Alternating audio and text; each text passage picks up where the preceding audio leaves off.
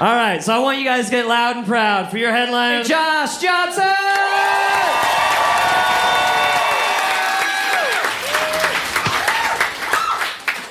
Sometimes you hear things that stick with you forever, right? Like one of the things that I heard in school was it was one Newton's laws. It's an equal but opposite reaction, right? And it's like a law of physics, but it's also a law of people to a certain degree. Except we don't agree on what equal is. Do you know what I mean? Like if somebody does you dirty and then you want revenge, whenever you feel satisfied, your friends, your family might look at you like you crazy. Like you like, oh, you didn't have to do all that, right? You know what I mean? Your friends and family might even tell you, hey, stop, you got him. You got him, I swear you got him, right? And you're like, no, it's not enough. Like, because you locked in, right? You locked into revenge. Maybe, look, also because of how the world works and because of how we're all entering and exiting each other's lives, sometimes you make somebody pay for the sins of other people. Sometimes they did you dirty, but they didn't do all of it. That's not their whole fault. Like you clearly let out some demons on somebody else.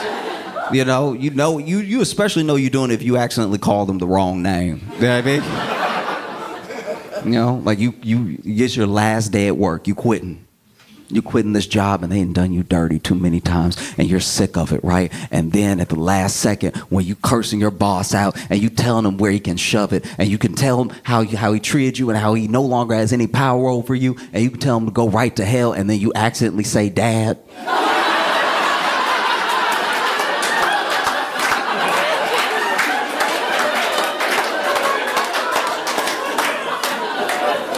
And then both y'all have to sit with that for a second, like.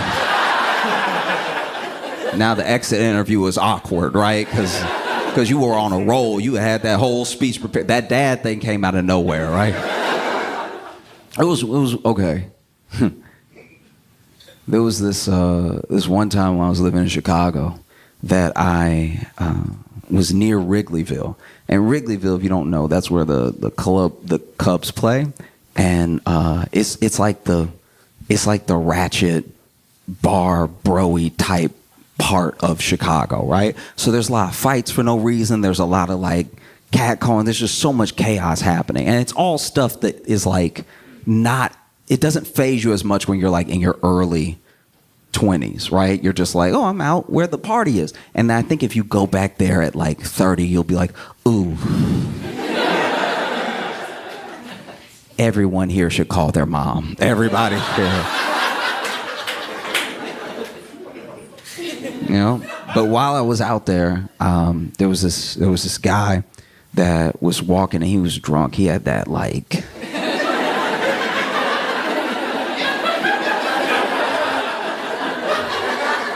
I've never seen anybody walk like this. Like he really was walking like his feet couldn't find the ground. And it's always gonna be there. It's always every time. But he was like,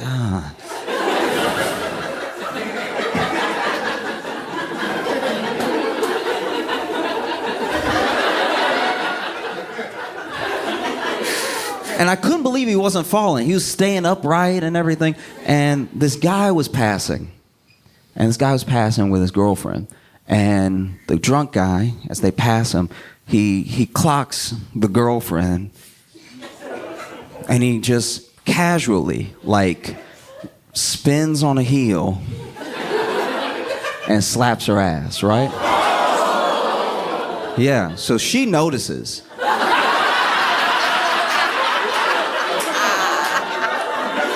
She very much notices. And it's crazy. Almost all this could have been prevented because he's so off his balance that he almost missed, right? He almost had a very different night. And so basically he slaps her ass and then she turns around and then her boyfriend turns around. Now he has not withdrawn his hand fast enough for the boyfriend to not know what just happened, right? So then he turns around and this guy is like, the drunk guy is bigger than the guy whose girlfriend just got her ass slapped. So even though that dude goes like toe to toe with him in the next moment, I was still worried about the little guy because the little guy was little, right? And even in his drunken state, he's still like aware enough to know he was big enough to be an asshole, right? Because instead of apologizing or anything like that, he's like, "What you gonna do, little man? What you gonna do?" Right? And he didn't say it like that. He was like, "What's he gonna do, little man? What you gonna do, little man? What you gonna do, little man? Huh? Ain't nobody. What you gonna do, little man?" And little dude wasn't little for long. Because he popped that dude square in the mouth. And then big dude finally found the ground, right? And I had never seen this before in real life, but little dude didn't just fight him. He started doing actual wrestling moves on the street, right? This man, girlfriend Ben stepped out of the way, and this man goes...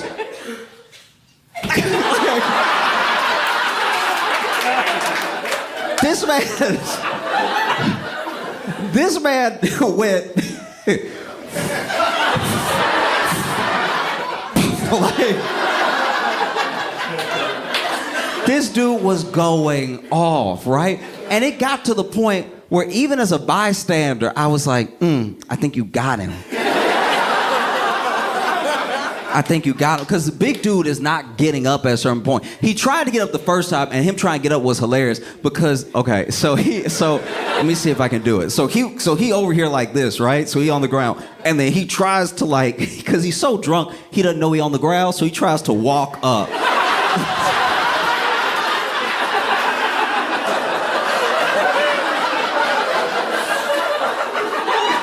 This man tried to walk up while he was getting hit. He was getting hit in his face and he was like, what is stopping me? It's crazy. What's happening? And then he really tries to like walk up and then he finds the ground with his hand and then he goes, "You gonna stop hitting me in my damn face?" And then when he said that, the dude uppercut him and he went flat back down, right?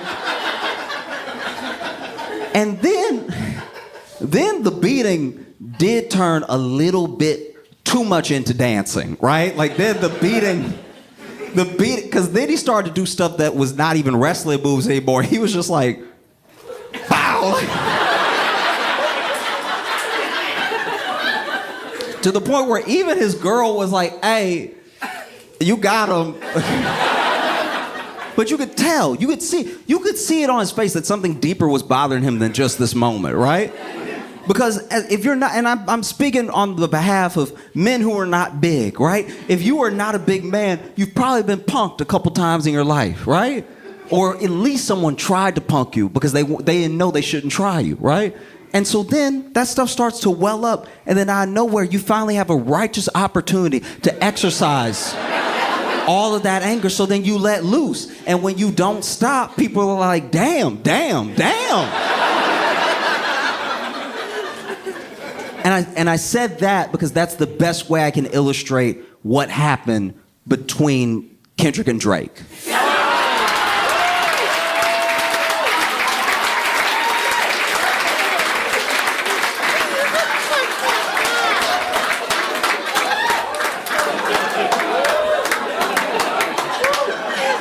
Because Drake makes his little like club beats and he does his little, and he's a good rapper, don't get me wrong, he's a good rapper, but he makes his little like get drunk to this type songs, dance and everything. And then he was calling out Whitney, Kendrick's wife, because that's what he likes to do. He likes to attack rappers by their wife. If you look through his catalog, he does it every time. And then Kendrick said, "Okay."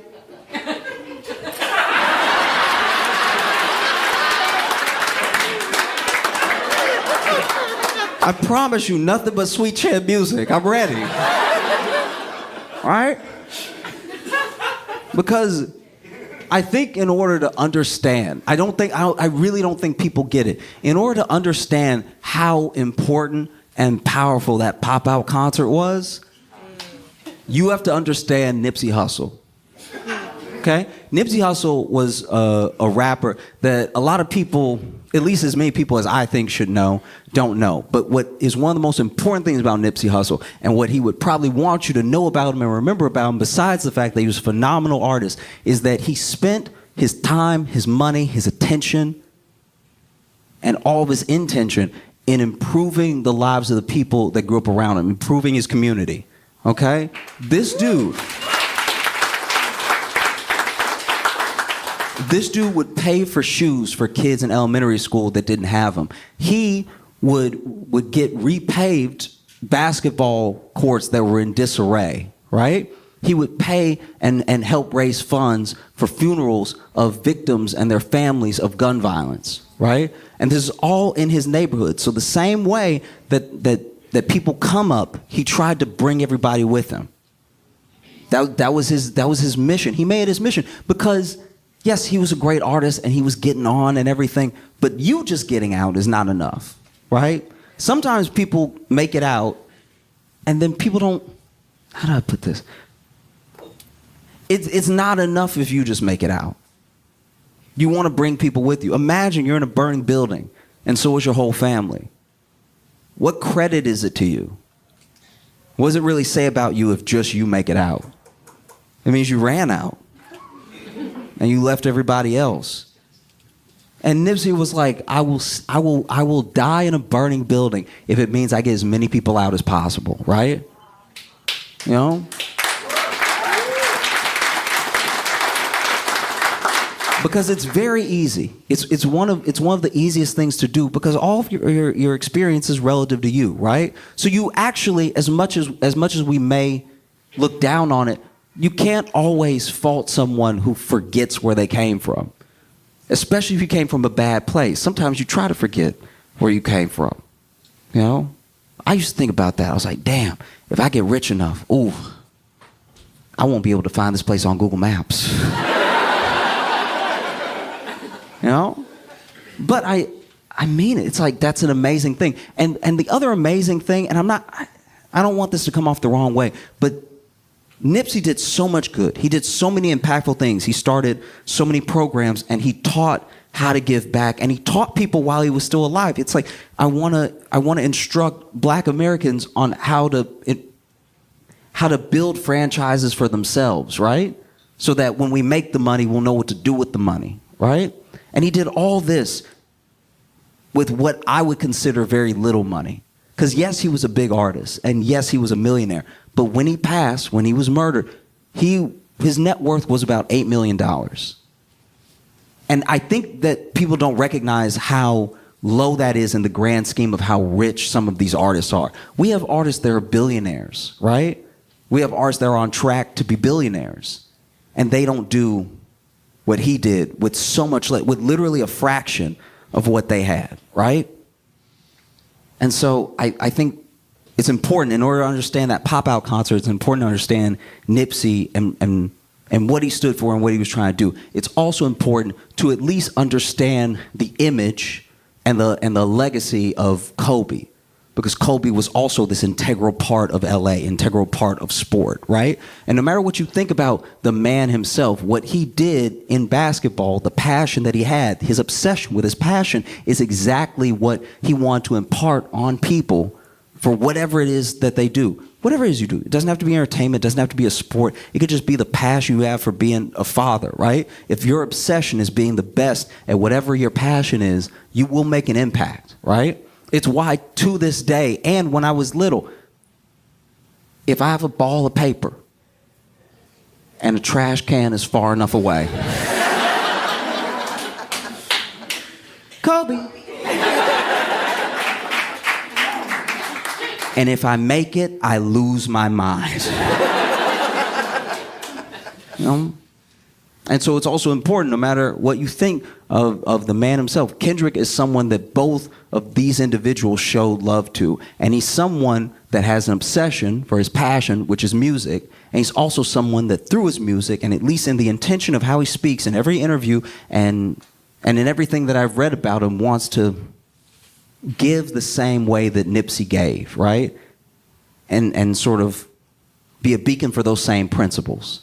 So then we have something like the Pop-Out concert, which is on Juneteenth, which is a liberation day for black people, right? And then they all come together. And when I say they, I mean every section, every known and probably unknown section of LA's gang members were in one place at the same time. That's crazy. They were all there. And everyone made it about the beef, and he played the diss tracks. Of course they do. But it was bigger than that. There was a 4-hour concert with artists from all over LA, all over West Coast, putting on, making their amazing music shown to the world. And there was even a little detail, like, I haven't verified this thing, but I heard about it, and I know of someone that, at least I think it happened to, where the concert tickets sold so fast that I guess they were checking zip codes.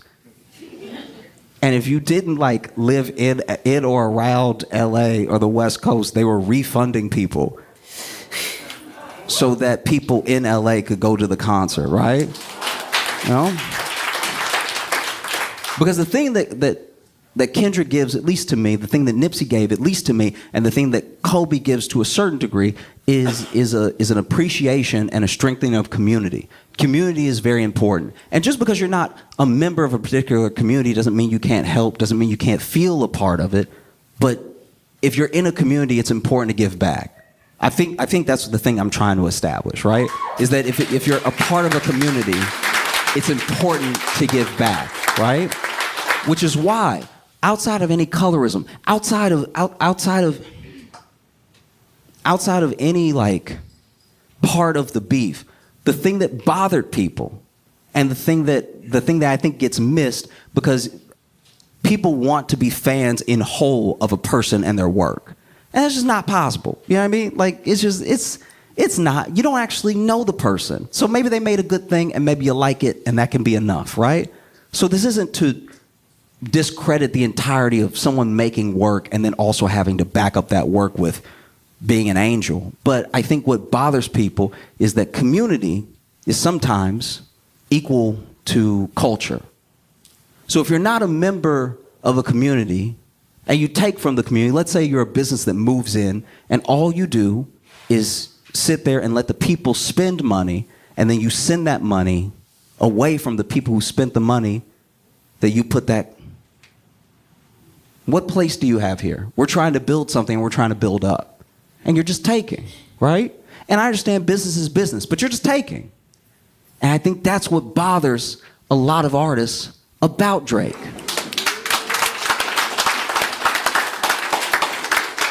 It's not that he's light skinned, whatever. It's literally, I promise you, it's the fact that you're not actually trying to be or in the community, but you take, and what do you give?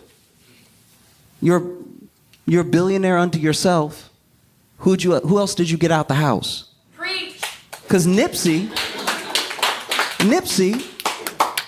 did so much, and he did it, and he left with a net worth of $8 million. How many hundreds of millions? How many hundreds of millions does Drake have? And I'm not telling anybody how to spend their money. I'm just saying that when we look at who's doing what and when they're doing it, you got a lot left.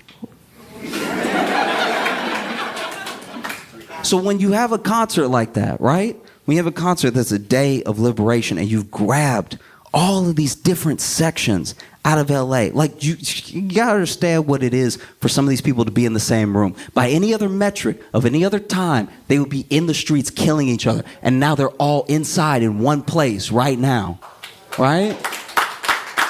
So I think that's what got so many people so emotional about that moment when they were all on stage together dancing together, dancing the way. And I understand that there are lots of black people who don't have the take that I have about it, that think that any mention or any semblance of gang culture shouldn't be equated to any part of blackness. And I understand that, but I'm saying we are where we are, right?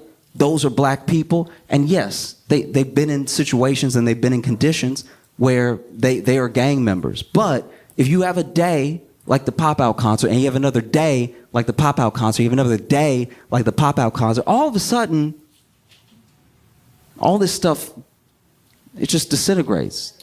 Do you know what I mean? It's all about a future, right? You had more gang members than any of. We do not know how many gang members were on that stage, but they were all dancing together. And sure, it was to call Drake a pedophile. I understand that. I understand. But they had to dance to something, right? And so.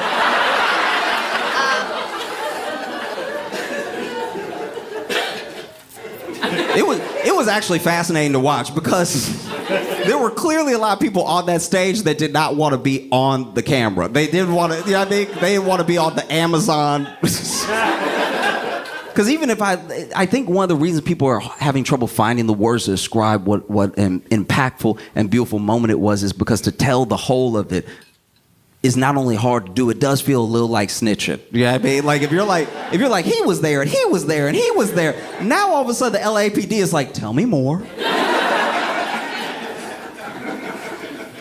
You know? And so maybe for the good of unity, the good of the community, maybe even the good of the culture, maybe Drake should try one more time. Maybe he should.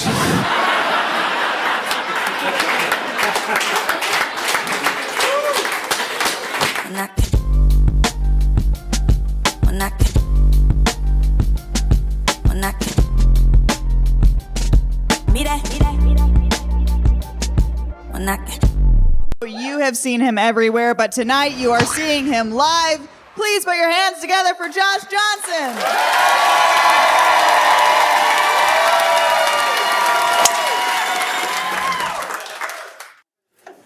Johnson. Sometimes I find myself falling down whole rabbit holes online of things, stories and stuff.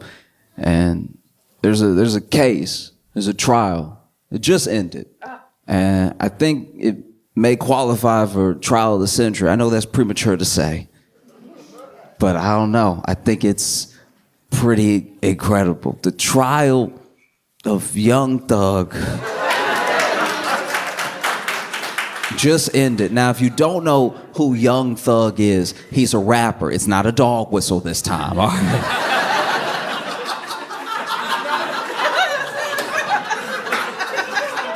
Young Thug is a rapper that was on trial in Fulton County in Georgia, right? Basically, the state's case, what they were alleging was that he took all of the money that he made from music and he funneled it through and to a gang called YSL, a gang that he was supposedly the leader of, right?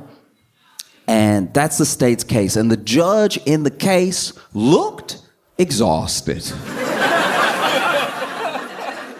I've never seen a judge act like this before. Every time the court camera cut to her, her head was in her hands. And I'm not gonna act like I know the law, okay? My understanding of the law sort of begins and ends with Law and Order SVU, all right? So I know you can sustain, and you can object. I've never heard a judge be like, you can't do that. She said it a lot. And now the prosecution in the case, the prosecutor had given out a lot of plea deals. Ton of plea deals. More plea deals than I thought you could give out. I didn't have a number in my head, but this felt like an egregious amount of plea deals. It just felt like she was going to the hood like, you get a plea deal, you get a plea deal, you get a plea deal, you get a plea. She was basically giving a plea deal to everybody in Georgia but Young Thug, right? And she was giving these plea deals in return for their cooperation, their testimony that she would use to piece by piece paint the bigger picture that the state was alleging that Young Thug's the leader of YSL. Everything they do is by his direction. All his money goes through and to them, right? And the only problem is the prosecutor in this case gave plea deals to some of the least helpful people in human history, all right? I've never seen people less helpful than this. It was astoundingly unhelpful. I was helping my friend move one time. And he and I had to move a pool table. Just us. Downstairs. And our third friend was there at the bottom of the stairs just watching. And even he was more helpful than anyone that the prosecutor gave a plea deal to in this case. At least he could be like, watch your step, something. I'm gonna tell you about some of the testimony. I'm gonna need you to be patient with me because a lot of the dudes testified in this trial are going by their rapper name and they haven't made it yet. So I don't know why it's spelled like that. I don't know how to pronounce it. Just, I'm gonna say he for short, all right? There's one dude that was on the stand, right? And the prosecutor asked him a very specific question, a very specific reason. She goes, did Young Thug have an issue with Rich Homie Quan bringing his friend to the party, right? Now, Rich Homie Quan is also a rapper who has sadly passed away. But his friend, to the best of my knowledge, allegedly, is a gang member, right? This whole question is to paint Young Thug as a leader of a gang. That's why he would have a problem with a different gang member coming to his party, right? So the prosecutor asked, did Young Thug have an issue with Rich Homie Quan bringing his friend to the party? And then this guy on the stand goes,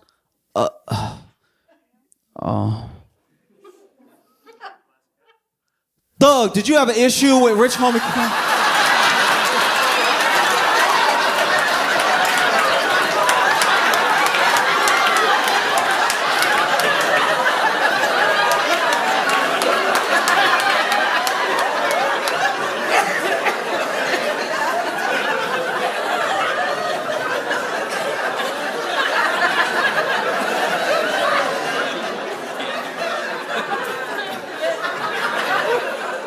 Never in the history of court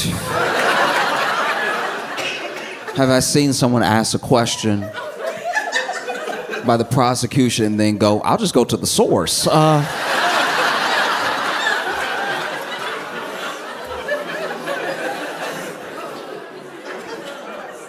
so then the prosecutor goes, no, I'm asking you.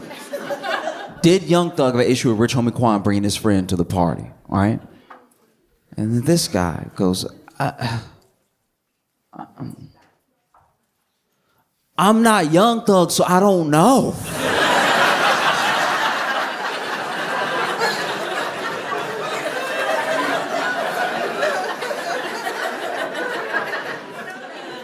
Moments later,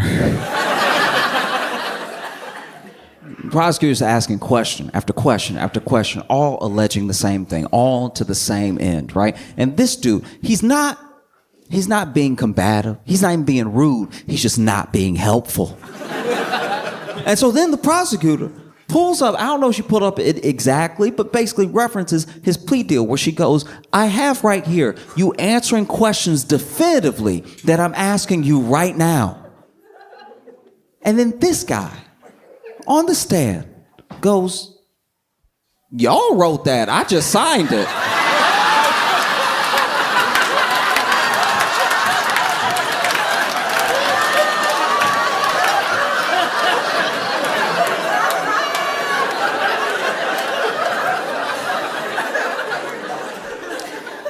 Never in the history of court,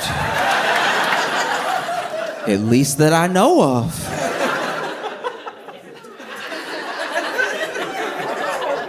and it's like, you know, the internet especially was of two minds because it was like people could not decide if these were like some of the dumbest people who had ever lived or legal masterminds. Because basically what this dude is saying in open court, right, is, look, you were about to give me how many years. I didn't want to do how many years, and you told me if I signed the paper, I wouldn't do how many years, right? So I signed the paper, but I'm not about to perjure myself.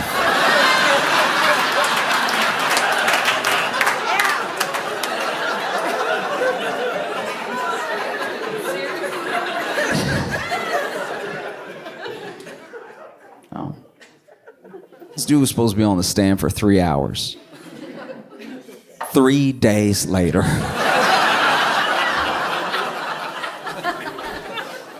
The prosecution is asking question after question after question, all to the same end, right? And, you know, references again. Look, I understand that we typed it up, but what is in this is based off of what you said to the police. This is based off of testimony you gave during interrogation. And he was like, yeah, but if you gave it to me to type up, it would say something different than what you have right there, right now. Even the prosecutor was like, oh.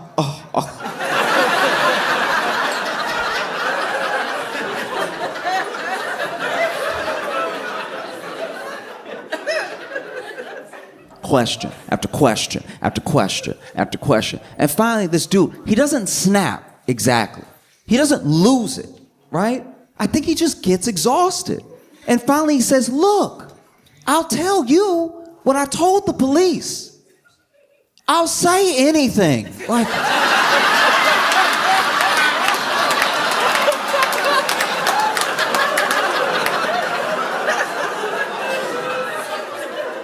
this is a witness for the prosecution.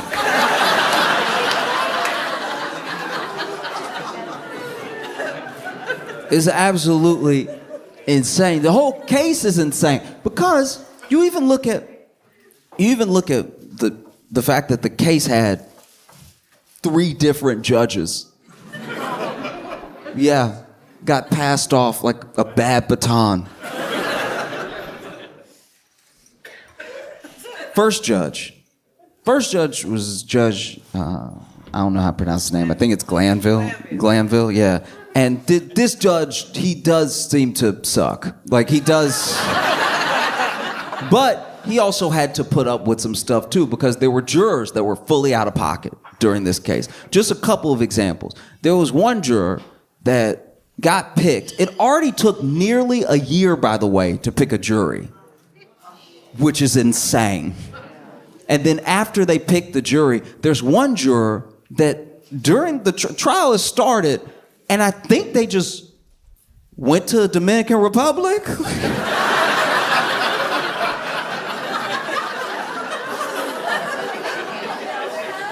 Deputies got sent to their house, were knocking on the door and everything, and then they got back, and they had to appear in court, and the judge was like, you have jury duty. You have to be here to be on the jury. And they were like, every day?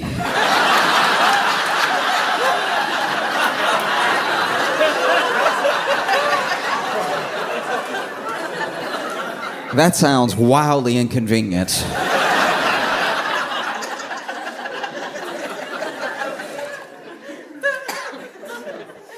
Then the judge was ready to, hold this jury in contempt and was basically giving them an out because this judge in particular loved contempt. He had a lot of contempt. The entire trial full of contempt. And gave the juror a way out. He was like, look, I could send you to jail, I could fine you, but what I'm gonna have you do instead is write me a 30-page paper on the importance of being a juror. This dude sentenced her to APA style.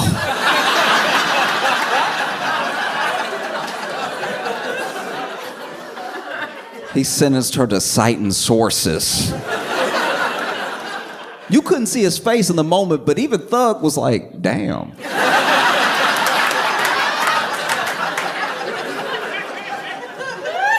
That's cruel and unusual. I've never heard of that before. There was another juror that I admittedly, I don't even know what happened with this person, but I know that they got in trouble for for live streaming the case.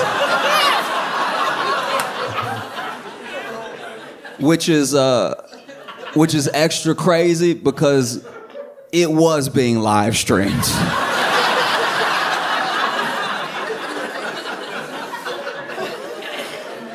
Like, if you had been watching at home, you would just see them sit with the jury like...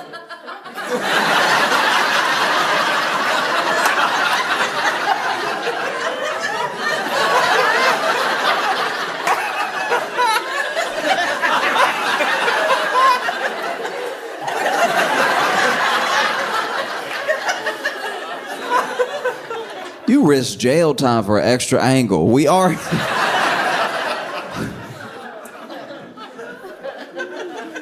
You know, Judge Glennville, oof.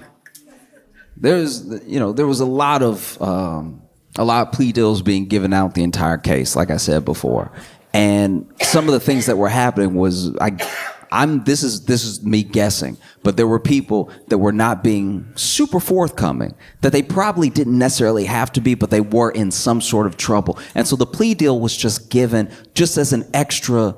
It's okay, you can talk. We just need to get this guy, right? And even with that, there were still people that didn't quite want to testify. And then there were people that were being so difficult, state's witnesses who were being so difficult that the state just could not get anywhere, you know? And there was one person, star witness. Basically, the prosecution needed a through line. They needed something that would connect everything. And so they laid a lot of it on one person in particular. Okay?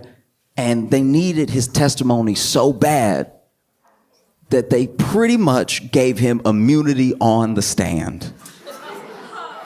I didn't even know you could do that. It sounds made up.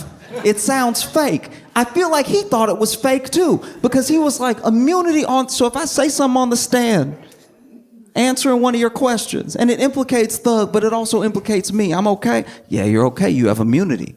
Immunity on the stand, you're gonna be good. You sure? Yeah, you're gonna be good. Okay, I'm not even joking. He goes, okay.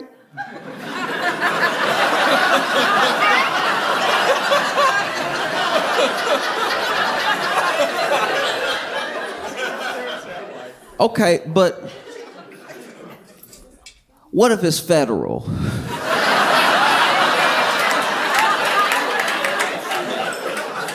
And I love that. I love a good haggle. I love like, okay, I hear immunity, but can I get a federal? Can I get some federal?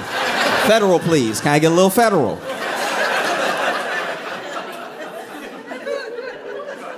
Oh, it's beautiful. This dude gets all the stab, and you can tell he doesn't trust it. You can tell he's like, nah, they're up to something. Doesn't want to answer any questions, but we told you have immunity. All right. Basically compelling this man to testify, dangling immunity in his face. Sits on the stand. First question from a prosecutor. How old are you? And he goes,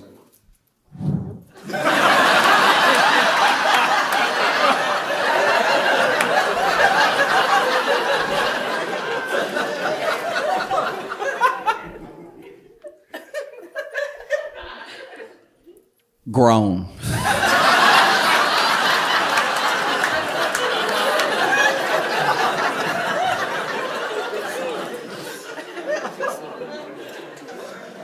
And the prosecutor's like, what do you mean by grown? It's like,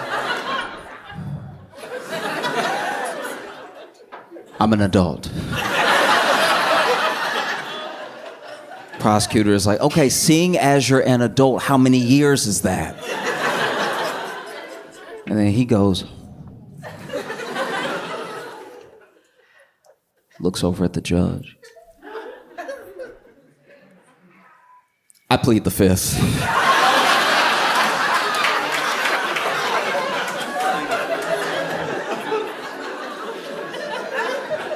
Truly incredible work. Truly phenomenal, They would be asking him lots of questions, question after question. And it was getting frustrating for the prosecution. It was getting frustrating for the judge because, look, maybe I'm doing my best to be as fair as possible. But when you watch a case like this, it does just seem like if you're a defendant, you're up against two parties. You're up against the prosecution and you're up against the judge, because everything in this case kept giving the prosecution chances, even when they would mess up. Because once again, they're not being given a lot with testimony, but there are things that they have in hard evidence. They're just not bringing them all together to make it cohesive, right? And then this star witness's testimony is not helping. So then, can't stress this enough, you cannot do this. Judge Glennville supposedly has a secret meeting with the witness and the prosecution, but not Young Thug's lawyers, right? It's something in Latin that I don't know how to pronounce, but you're not supposed to do it. I mean, and basically, in this meeting, this witness is then threatened with the dangled immunity and everything. Oh, we'll charge you for this. We'll hold you in contempt for 2 years. We'll put you in jail. All this stuff, unless you start testifying, unless you start answering questions to the best of your ability. I don't want to hear any more of this pleading of the fifth, all that stuff, right? And so then they go back to court, and he's answering questions so well that the defense gets suspicious. Defense is like, what happened between now and lunch? All of a sudden, he remembers everything. He remembered what color everybody was wearing.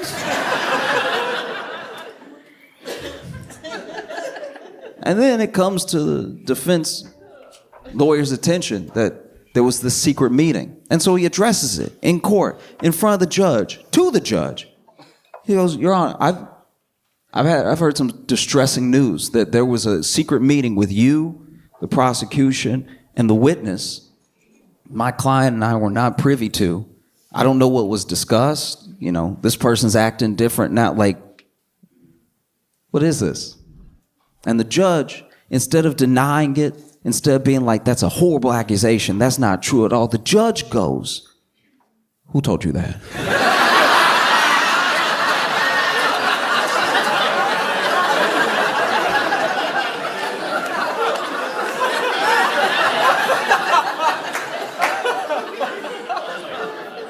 And you can look at it because it was live streamed. You can look, who told you that? And he's like, Your Honor, don't worry about who told me that. That's the least of my concern. It's who told me that. The meeting is my concern. He's like, no, I need to know. This is very distressing. I need to know who told you that. And he's like, Your Honor, it doesn't matter who told me that. Is that true? Like, did that happen? Who told you that? Who told you that? Who told you that? Who told you that? Over and over and over. And it's just wild that, like, in a RICO case involving supposed gang members, that the judge is like, who snitched?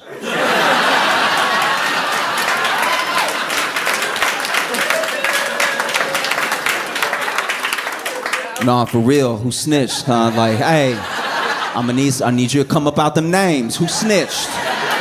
Ain't nobody play with, look, I will bust everybody in here right now. Who snitched?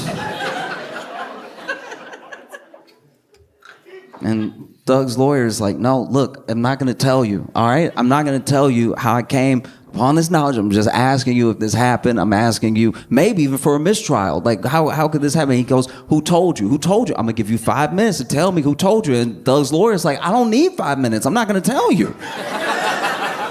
That should be the least of your concern. Like, is this true? And he's like, I'm gonna hold you in contempt if you don't tell me.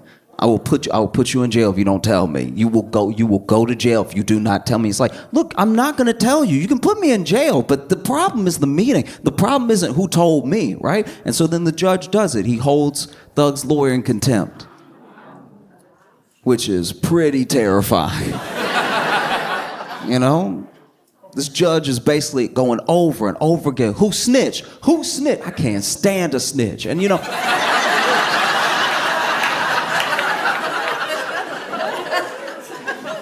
And you couldn't see Thug's face in the moment, but he had to have been like, I know, right?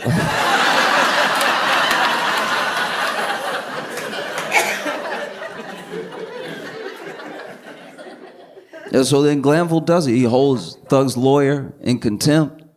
And, you know, the Bar Association hears about it. And they show up to back Thug's lawyer up because that's terrifying. That's terrifying if a judge does something, doesn't even bother denying it, and then holds you in contempt for asking. That's a scary court system. You know what I mean? Because that's one of those things. If it can happen to anybody, it can happen to anybody. Like, I know that it's a case involving hip hop, involving like gang culture, whatever. But that particular thing, that could happen to anybody. I promise you. That's very scary. You know. And so the bar association shows up to back this dude up, and it looks like his case is going to be heard, and probably the contempt is going to be thrown out. But basically, they tell Glennville, it's like, there's no way you're impartial. If you're trying this hard, there's no way you're willing to just let the facts play out. And so Glennville has to recuse himself from the case. And one of the things about recusing yourself, it doesn't undo damage. The case just goes on, you know? So there's still this like contempt hanging over Thug's lawyer's head and stuff. And then they move on to the next judge, and the next judge was the judge for a day.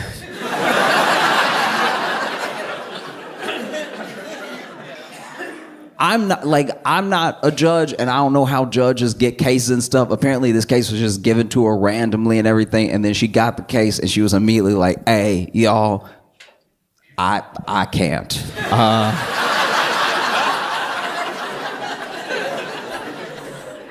And so many people were like, why? What's the problem? Don't worry about me. I can't right now. And so then the case goes to the third judge. You know, the judge just, that judge. The case goes to her, and she does her best. But it's very difficult. It's very difficult because there are things happening in the case that should just never happen. They actually had an officer come in who was, I guess you could almost call him a specialist in RICO cases through his police work, right? And even he made a mistake on the stand that had the defense asking for a mistrial, because basically the state handled the case so poorly, so messy, just so confusing, right? That the defense would be asking for a mistrial consistently. They were asking for a mistrial the way that you act when you got 2 cards left in Uno.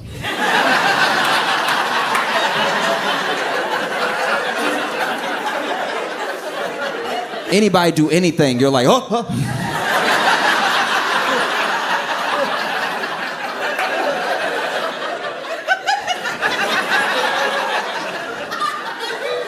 Defense would call for a mistrial nonstop. That's a mistrial right there, Your Honor. He just sneezed. That's a mistrial. He gonna get everybody sick. Because this witness on the stand, you know, his testimony, I'm pretty sure, had to be thrown out, because even though he's an expert in RICO and everything, it was 2 things were revealed that were pretty distressing. One, it's a RICO case, so they're trying to get everybody on everybody's crimes, but they never bothered to really look at the financial records of Thug. Which is pretty insane if you're telling me that all the money he makes, he runs through and to a gang. And you didn't bother to check a Chase statement or anything? That's wild. And then, while this officer is giving testimony, he makes a mistake that obviously wouldn't be called out by the prosecution, but does not get called immediately. And then the defense hears it, and then they're like, this is crazy. We can't allow it. Basically, he references past convictions as part of a testimony to what this person would have done in this case. And you can't do that. You got to judge it by the merits of the evidence you have in front of you about what happened right now, right? And at one point, the judge loses it. She storms out. The judge goes, I can't take it anymore.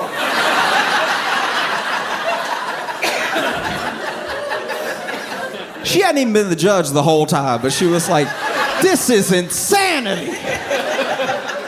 And you couldn't see his face, but you could imagine Thug being like, I know, right? Like,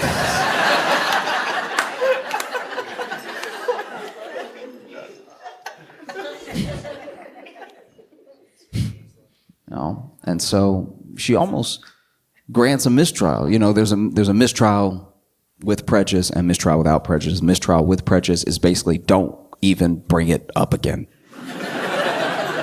mistrial without prejudice, it's like, okay, you didn't make the best case, or something happened, or a bunch of jurors went to Dominican Republic. So like, we can try it again later. And so, the judge at one point has had it with the prosecution and is giving like a full-on.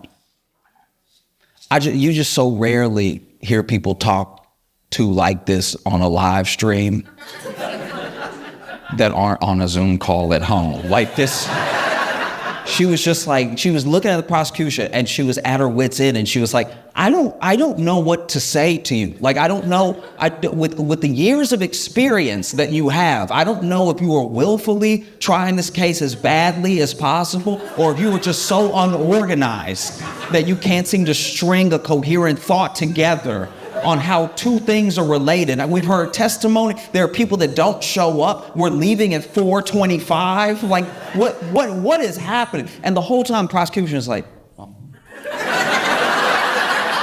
You ever just take your talking to because you're like, yeah, it's pretty bad. Yeah, and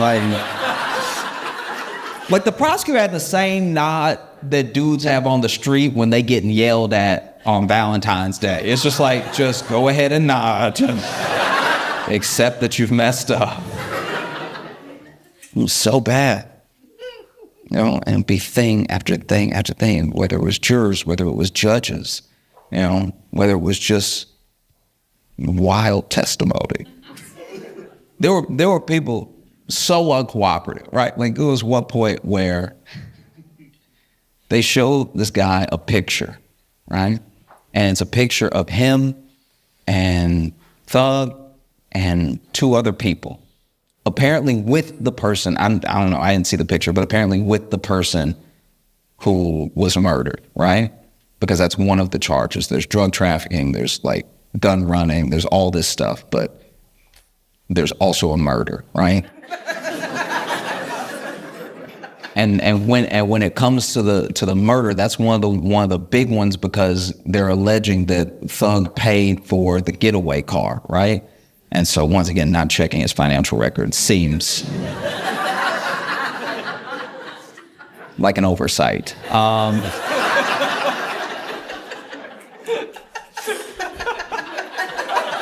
I'm not a lawyer. I'm just saying. And they show a picture, right, with all these people to someone on the stand. And they're like, do you recognize anyone in this picture? And he's like,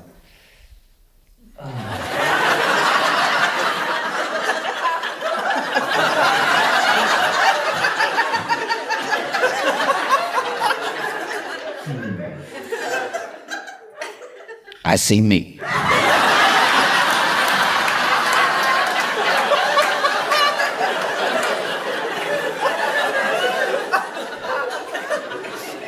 Okay, fair enough. Even when it came to start with this, there was one time where they simply asked this dude, when did you meet Young Thug? And he was like, before I went to jail.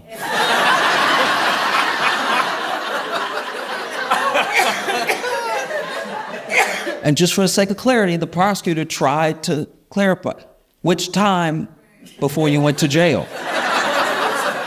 And he just goes, you're right.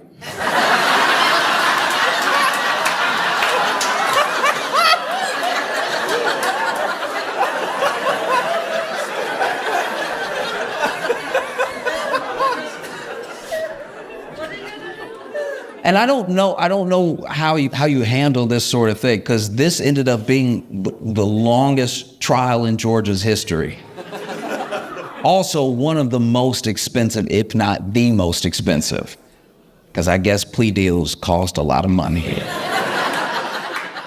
And it gets so bad that every day defense is like, hey, mistrial's still an option. You want to hit it with no mistrial? We can mistrial. But then, the prosecution would do something that would kind of warrant a little bit of a mistrial. Like, there was even one point where they had someone on the stand read a caption from an Instagram post. And this caption had been poured over because basically through the hashtags, what a lot was being alleged, because, you know, whenever there's letters, whenever there's numbers, it could have no meaning, or it could have double meaning, or it could mean exactly what the prosecution wants it to mean. It could mean what the defense wants it to mean. And so they were arguing about this one picture over and over again before they would let the person just read it out loud to the jury, right? Because then I don't know if it's a gang, and I don't know if that was what the prosecution was alleging, but there was one point where the prosecutor was asking someone on the stand about a series of numbers, right? And a lot of people will sort of rep their area code. That's just a common thing throughout America, right? Exactly.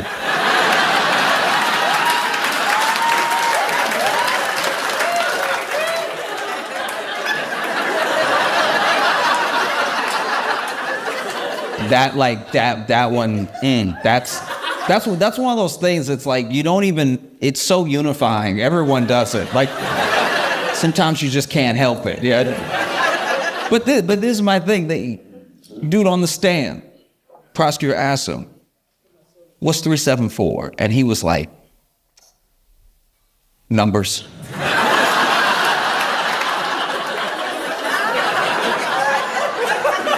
Maybe it's a gang, maybe it's not. I have no idea, right? But basically, there's this one picture that's being poured over and over again, and this was the straw that sort of broke everything, right? Because they made agreements, and they had even redacted the picture so that only what would be read was what the prosecution and defense agreed on, based off of the evidence that they were both showing, right?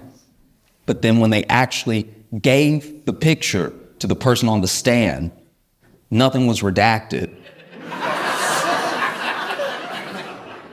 And the prosecutor had them read everything.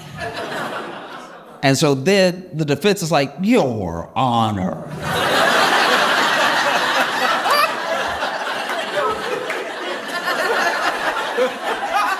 I've never heard a lawyer have to like go Your Honor, kind of like, Mom, like.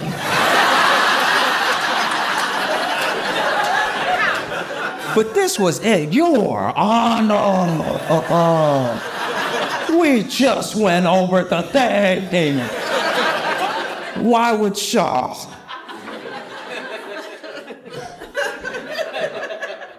And sure enough, Judge agreed. Judge was like, look, I gotta do something else with my life too. Like, it's just, it can't just be this. And the judge said an interesting thing, and like I said, I know a little bit about the law, most of it, what not to do from this case. But the judge says something where she's like, I'm basically trying to salvage something here, because I don't want an entire jury's 11 months to be wasted. I don't want, which to me is a little weird. Their time's already been wasted. Like, this is about seeing if someone did or didn't do something. You know? And so that statement was said, but then, you know, judge turns to the defense and goes, I'm not gonna grant you a mistrial with prejudice, but would you like a mistrial without prejudice? And defense was like, yup.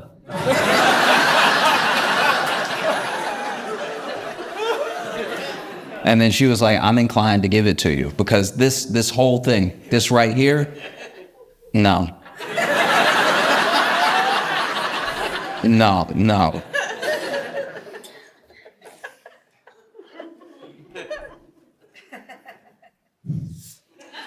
And so then, you know, they get to plea dealing a bunch of people day after day after day. And then they actually go to Thug, and they're like, look, you're facing like 25, 40 years for all the things that we are alleging, right? But we'll give you probation, right? We'll give you probation if you just admit that you are the leader of YSL, a gang where you take all the money and you funnel it through into the gang, and everything they do is at your direction. Like, if you'll just say that, probation, you'll be good to go, right?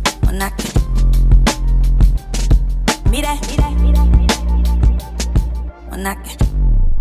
I don't know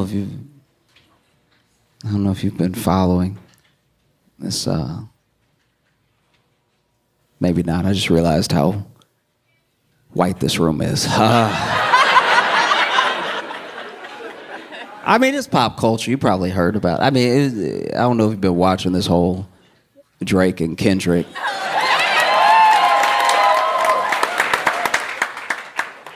My. What a time to be alive. All right, so Drake and Kendrick, they are rappers, sir. They're rappers. Okay, just, I want to make sure everybody, and I'm not acting like I know. You might bump Kendrick all the time. You might be a big Pimp a Butterfly fan. You know, I'm just checking. So, Drake and Kendrick's relationship actually goes back way further than people realize, because Drake brought Kendrick with him on tour when Kendrick was like just starting to pop, but Drake was already a big deal, right? And it seemed like they were cool. You see these old interviews, they're in pictures together, they have such nice things to say about each other, and then along the line, something changed. Something happened. And we don't know what that thing is really, but they both started to kind of like go at each other in small ways. And some people take it all the way back to the Control verse. Kendrick did a verse in a song on, it was actually a Big Sean song. Big Sean is a rapper, sir. I just want to, all of these are just names, and I want to make sure that we're all up to speed.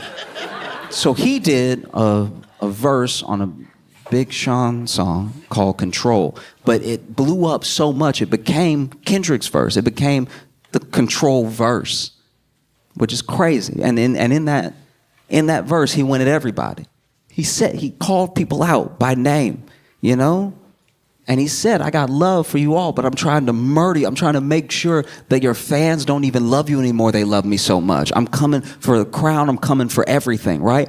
And just about everybody thought that it was actually pretty dope. It was actually like, okay, hip-hop as a sport. Like hip-hop as, you know, a fun thing, a contest to see who's actually the best. Because everybody calls themselves the best on every song. Eventually, someone has to be the best. You know, every rapper believes that they're the best, and they say so in their music. A lot like how one city will have several First Baptist churches.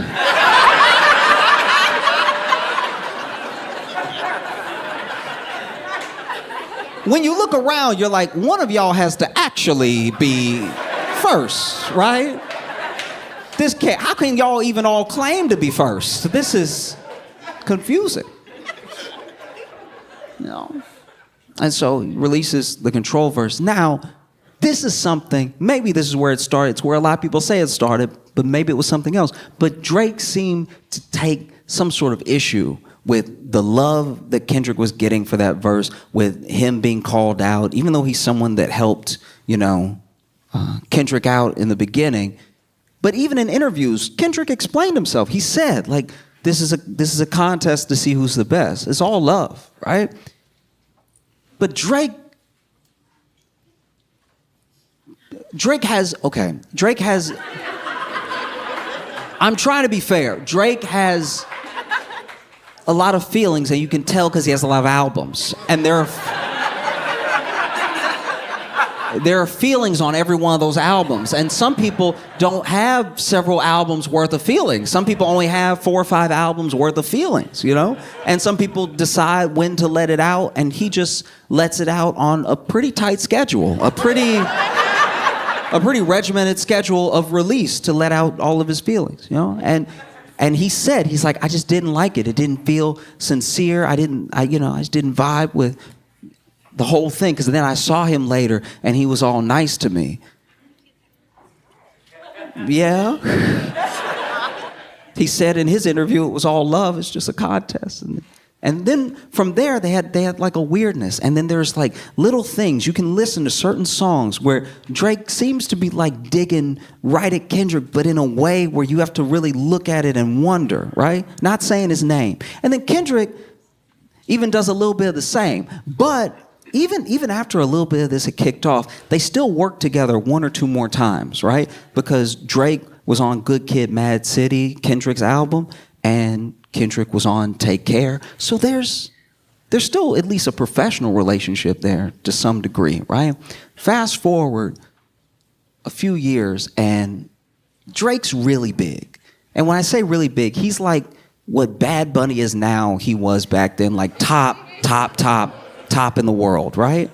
Everybody wanted to be Drake. Everybody wanted to sing a little bit of Drake. He was #1 on Spotify. Every time he released, it was a big deal. And so some people, admittedly, were very jealous of Drake. You know, there were people who started to go at Drake a little bit. And Drake is a good writer.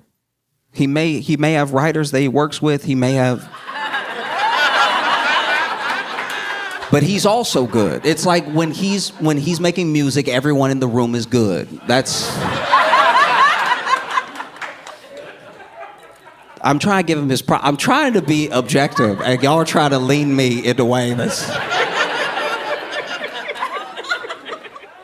But he's good, and so, you know, Meek Mill is a rapper. Sorry, Meek Mill... Because that one wasn't a name. I just want to make sure that at no point you don't think that this is like punctuation or anything. Because the names are going to get weirder as I go, right? Okay. Meek Mill came at Drake, and Drake really, truly, even if you hate Drake, Drake destroyed Meek Mill. He destroyed Meek Mill so bad that Meek Mill had to go back to jail just to level out some of that street cred. Because if you remember, Meek Mill went back to jail for a while on like this weird aspect of probation that they even tried to get changed as a law. So then Meek Mill became this like face of changing incarceration and changing the criminal justice system, everything, because he had to do something else for a little while because Drake really ate him up, all right? And so more time passes, and there's still not much between Kendrick and Drake in this moment, right? And then Drake gets into it. And I want to be clear, because a lot of people sometimes feel bad for Drake in a way that I want to be clear. He does start a lot of this stuff. He does like have a little thing in a song that implies that your wife is unfaithful, and then when you come at him directly, he's like, what's with all the hate? I'm all love. It's like, no.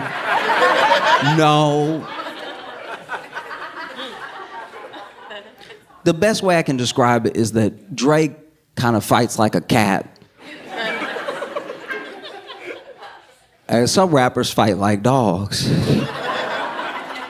And so, you know, he'll do a little paw and he'll be like, what's the issue? And so Drake went at Pusha T, which was a true mistake. This is the thing about people like Pusha T, right? You don't want to mess with anyone who's actually had a hard life.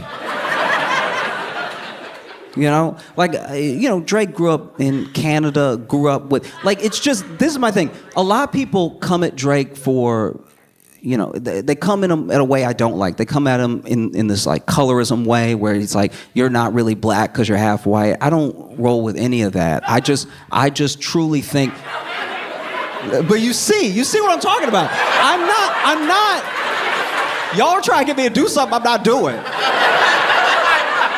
I'm just saying it's very hard for a rapper to seem hard, right? When they have not been through what other rappers have been through. Like, it's hard to go hard when everybody knows you had health care.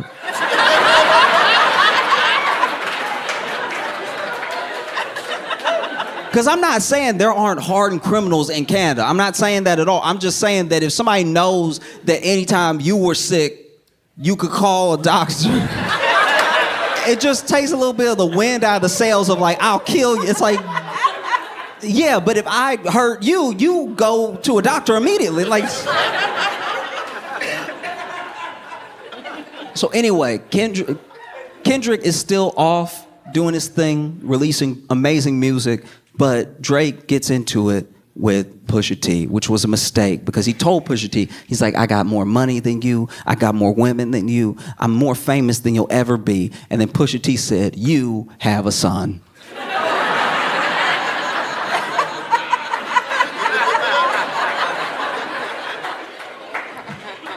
He released the fact that Drake had a son, which people didn't know, on a track that's cover was Drake in blackface.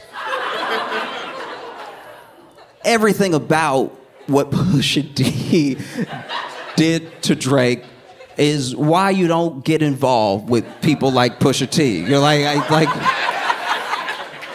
you know, a part of me felt bad for Drake. Drake was probably like John at the mouth and everything and didn't know he'd do research. It's like, you know, Drake is sitting there like, guys, I thought we were rhyming. I thought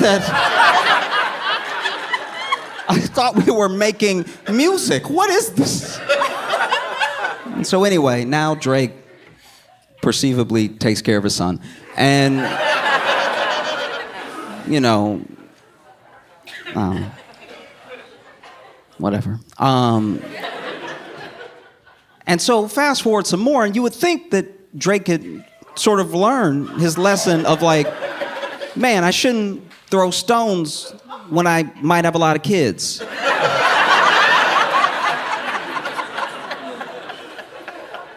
And for his part, I will say this, for his part, every time somebody comes at Drake, he does come at them pretty hard, pretty heavy. And he does release music that his fans love, and there are a lot of his fans. I'm saying that's something that I thought about going into this thing, where I was like, he always does really try to like give you something, but what he gives is twofold. What Drake is usually trying to give you that sort of earworm, trying to give you that thing that takes you to a place beyond the beef. So now people will still play back to back and songs that were responses to beefs he's had in the past, just as songs to enjoy, you know? And so this year, Drake and J. Cole started, you know, they started doing appearances together. Like J. Cole would pop up at Drake's concert. And J. Cole is also someone who I genuinely believe is one of the most talented, phenomenal, musically inclined artists that I've encountered. I really enjoy his music. I don't know him as a person, and I think he's amazing, right? So he is on a couple of Drake songs after they appeared together last year, and it made me listen to those songs. I was like, oh, J. Cole, okay, you know, because I admittedly I hadn't listened to Drake in a long time because I only have a certain amount of feelings. I feel like I got pretty far. I feel like I listened to several albums, and then at a certain point, I was like, I feel grown. Like, you know? And anyway, they do a song together, and then they do a song called First Person Shooter. And in First Person Shooter, they're going back and forth about how great the era is and how great they are. And First Person Shooter is a fantastic song, right? And then J. Cole in the song says, I'm like, you'll forgive me if I'm getting it wrong, but he says, maybe something like we're the top top two, three, okay. And then he was like, is it Kendrick, is it Aubrey, or me? Because we're the big three, like we started the league, but right now I feel like Muhammad Ali, right? And I guess Kendrick heard that and took it as a personal affront.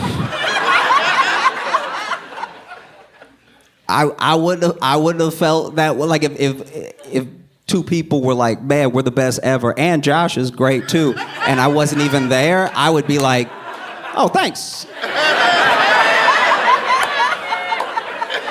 But I'm not built like Kendrick. You know? And so then later we would also find out that apparently Drake tried to get Kendrick on that track. So he knew it was coming up and he didn't want any part of it. And then I guess he hated that he was mentioned. So then Metro Boomin and Future are rappers that... Because that could have been a label name. I'm not making fun of you at all. I'm just making sure everybody is up to speed. And you're right in front of me. That's all that's happening, right?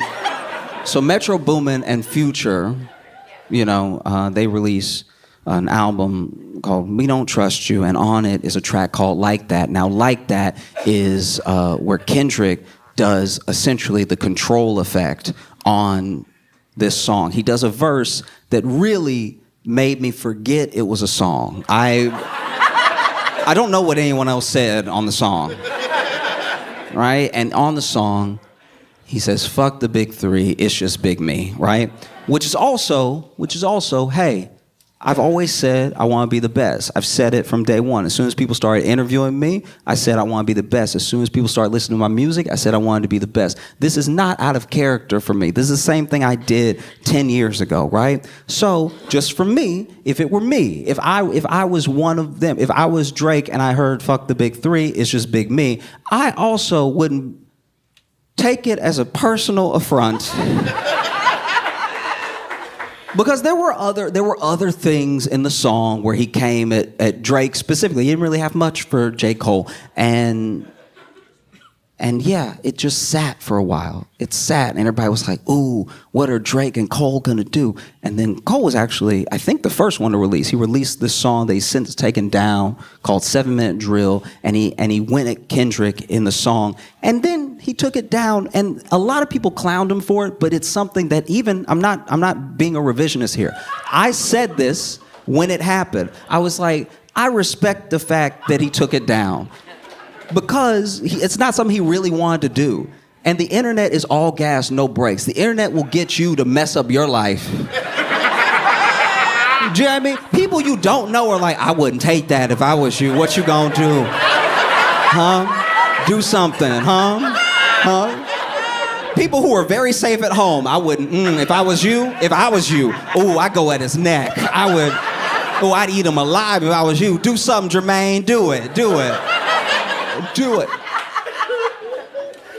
And so he took it down, and he even said, he's like, I didn't feel like doing it, so it's not even good. I kind of just went at him a little bit, and it's true. In the song, he doesn't even say anything that bad. He's just like, one of your albums was boring. I won't even say which one. And then he took it down because he said, I don't know, this felt corny. And I respected the hell out of that. Very few men, grown men, famous men, powerful men, very few ever apologize. Very few ever apologize without being made to, with the threat of losing their money, losing their fame, losing something. Very few men. So I respect that. And people clowned him to no end. But then the actual beef between Drake and Kendrick started. And that was a lot. Because Drake released a song called Push-Ups, and he didn't just go at Kendrick, he went at a bunch of people and, implied that Kendrick's wife was unfaithful, that his son might not be his and everything. And people are like, ooh, what's Kendrick gonna do? What's gonna happen, right? And then, he releases another song, and this song is AI. This song is Drake with the late Tupac and Snoop Dogg, and it's going at Kendrick. And some people had their feelings about that. But then, oof. On a random morning, I was, it was right about the time I was supposed to say my prayers anyway. You know your morning prayers? Your thank your God for waking me up this morning, right? And Kendrick dropped a song called Euphoria. And I think when it happened, a lot of people, including me, was like, oh, this is an actual rap beef now in the way that we had in the 90s. These dudes do not like each other. And Kendrick says he hates him in the song. He says, I hate you. He said it a lot. He said, I hate you a lot. He did artistically, but he was like, ooh, I hate you. Ooh. Ooh, I hate you. Ooh, right? And, woof. It was a lot, right? And then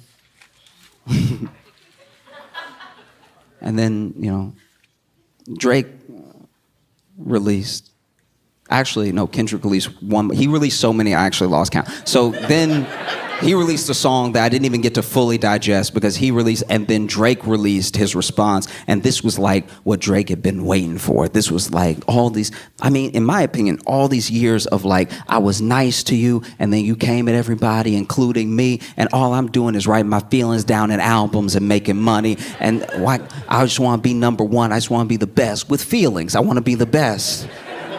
And so he just took everything that he had, and he put it in a song called Family Matters, right? And 20 minutes later,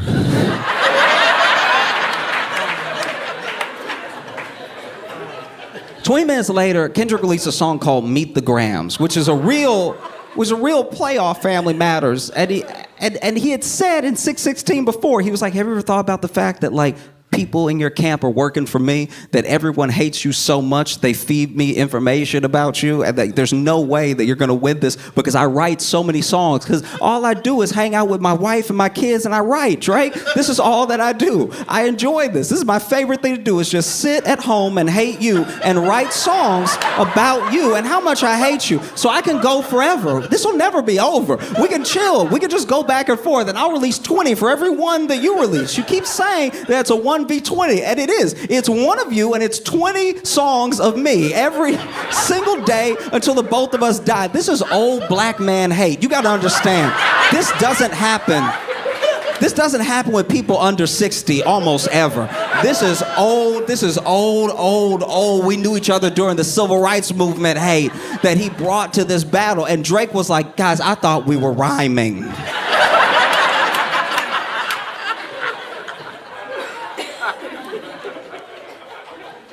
And in Meet the Grams, you know, he laid it down. He started the song by talking to Drake's son. Talking to Drake's son, being like, I'm sorry that's your father. Genuinely, I'm sorry that's your father, because I can tell he's not raising you well, because I can tell he's not living a good life and he's not a decent man, okay? And so if you don't understand this right now because you're 6, play it back when you're 18, okay? He said lots of things. He said things that are illegal. He said Drake was doing things that, you can listen to it. Woof.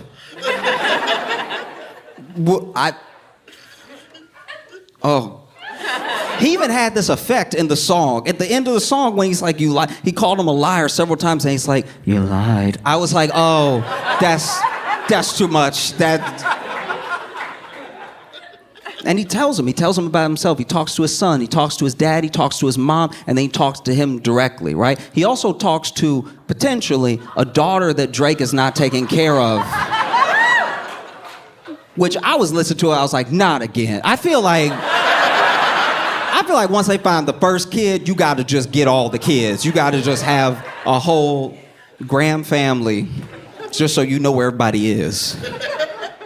You know? And people go back and forth. Does he have a daughter? Does he not have a daughter? Some people think they've even found the daughter, everything like that. And I don't know. I mean, it's really bad. It's so bad.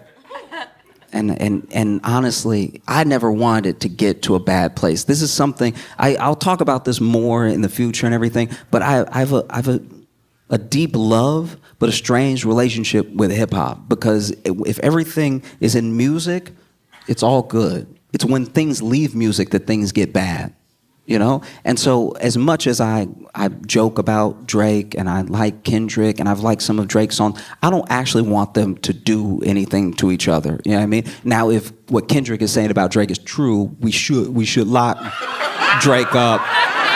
We should lock Drake up. And if what Drake is saying about Kendrick is true, we should lock Kendrick up, all right? Because, you know, it's a rap battle, two dudes that hate each other. Maybe they're lying, who knows? But I'm just saying, this thing, I didn't want to see anything bad happen to either one of them. But when Meet the Grams got released, I don't know what Drake thinks, and I don't know what his life is like, especially right now. But I think back to those battles and those beefs in the 90s, and I wonder if Drake wasn't like, I'd like to be shot, please. Like if you could just plug me one time and then we can smooth the thing over. Because then, as if Meet the Grams wasn't enough, Kendrick released a song called Not Like Us, which is the catchiest way to call somebody a I've ever heard in my life. You be dancing to it forgetting what the song is about. Like, you know. And then Drake released The Heart Part 6. And I think that's when he lost. I think, because in The Heart Part 6, he's like, this was all part of my plan. We fed you information about me for you to say, so everything that you said is wrong. And don't you feel dumb now that I tricked you? And it just kind of felt like, you know, like what a kid, okay, you know, like when you play rock, paper, scissors, and you do rock. And the other kid does scissors, and you're like, and they're like, no, actually, these are lasers. Ba-pow, ba-pow, ba-pow, ba-pow.